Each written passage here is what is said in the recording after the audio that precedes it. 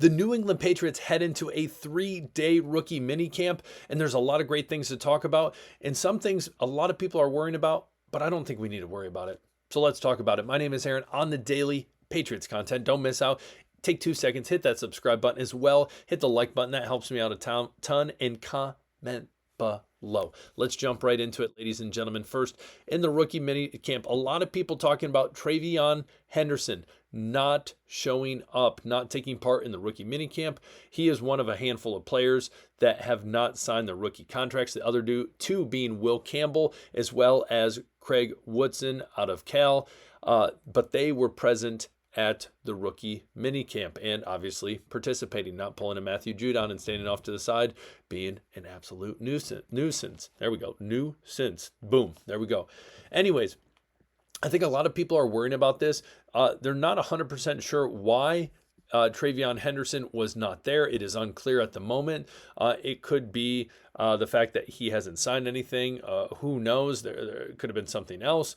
But that being said, I think a lot of people put a lot of worry on stuff like this. When it comes down to it, it is not a big deal. I think he will end up making it. I think he will be fine. If you have seen TreVeyon Henderson, he is a man of character, man of faith. I think the last thing he would want to do is be drama-filled and start stuff with the Patriots. So I think people are trying to go down that path when I don't think it's that at all. Again, things will get sorted out. He will be back. Nothing to worry about. But the positive thing on that side is Land Larison getting more reps at running back. Again, a guy that we have talked about videos ago that came in and absolutely dominated when he played in the FCS level at UC Davis.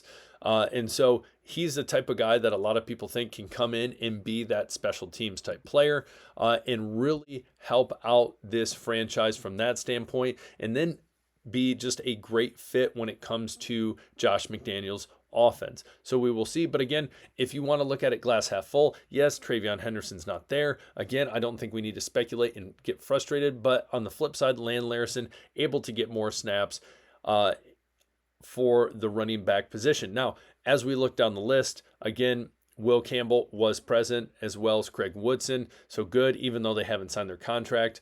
Good to see them out there participating and doing everything they can. Now, some interesting other tidbits that were dropped. So Marcus Bryant, he was the left tackle for the Missouri Tigers out of the SEC. Now, if you remember, their right tackle was Armand Membu. He ended up getting drafted by the Jets, but he was a right tackle. There was all this speculation that he's the best. He's the best in this draft. But the big question is, can he play that left tackle? So we're not even talking about that anymore. But what's crazy is a couple videos ago when I was talking about Marcus Bryant, the man is an absolute behemoth. He is a huge guy. He played left tackle for Missouri, but he was being tried out at this rookie minicamp as, you guessed it, right tackle. So again, it's funny that we talk about, ironic, could we use that word, that everyone was saying, listen, Membu, he's right tackle, can you switch to left tackle? And now we're talking about Bryant going from left tackle to right tackle. And again, remember, Morgan Moses is not the fix long term. Well down the road, Morgan, he is old. He is going to be a good place keep at this moment, but he is not the future for this organization. He can help get us on the road and obviously is an upgrade on this offensive line, a huge upgrade. But again, they need to figure out what is the depth to that right tackle.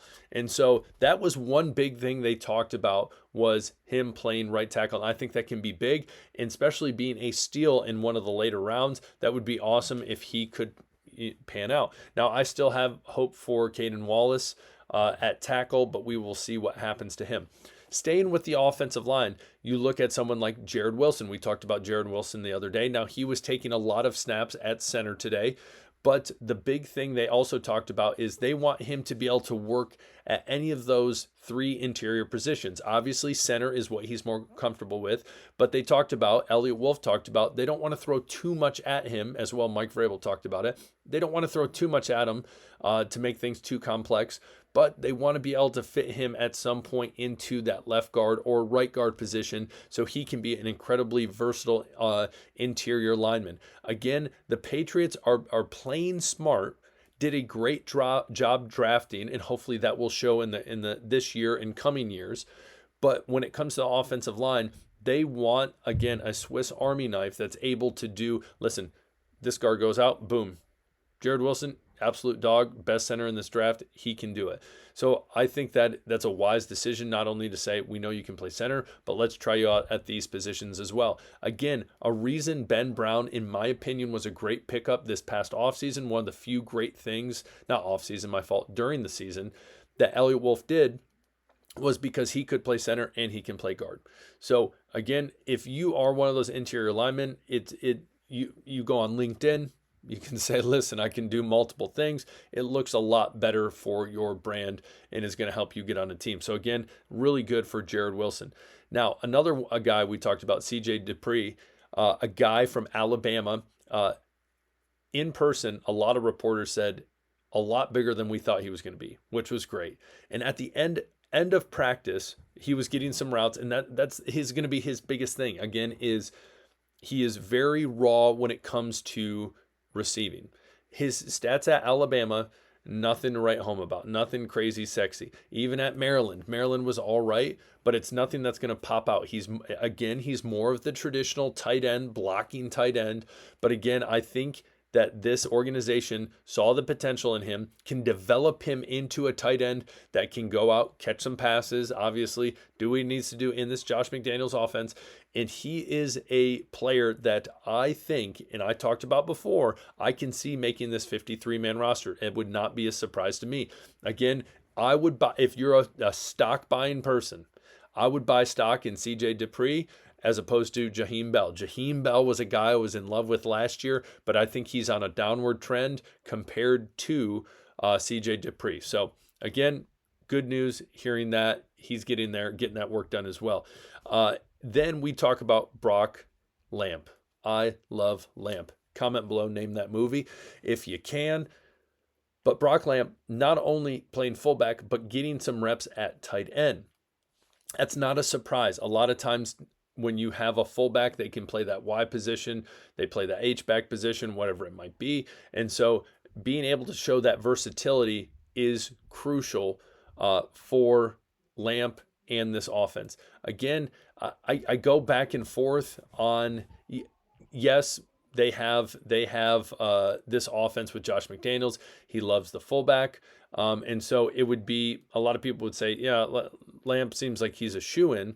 Sure, but again, that doesn't mean he's gonna definitely make the team. So again, we will see moving forward what happens, but just some great things. Hearing more on these younger players is always good. Is always good, just because sometimes when they're drafted, you see their highlights, you see their film, and you talk about, what were the great things, the big reasons they got them. And then as you start to hear these coaches dive deeper into, hey, listen, we love Jared Wilson because not only do we think he can play center, we think he can play left guard and right guard. As well as someone like Bryant. Hey, we drafted him and we're getting him reps at right tackle because that's where we see him, because guess what? We have Will Campbell at left tackle. As well, you look at all these undrafted free agents they picked up. And again, I think a lot of times people look past the undrafted free agent as like, okay, maybe a project. But again, I think there's a lot of potential here that people need to be keeping an eye on. And I think that is going to continue to show in rookie minicamp. So comment below. Tell me what you guys think.